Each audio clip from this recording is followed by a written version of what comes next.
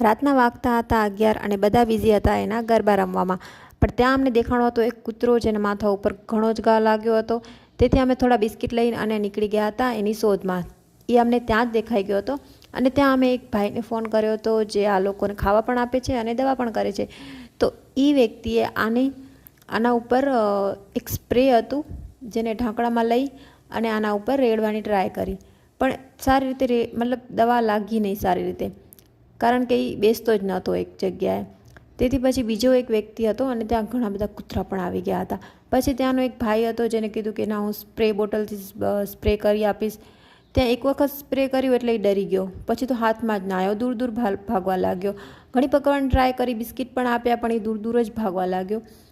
તો પછી અમે વિચાર કર્યો આને કોઈ બીજી દવા કરવાની. તો એને દૂધમાં ગોળી મિલાવી અને એને પીવડાવી દીધું. પછી અમે નીકળી ગયા હતા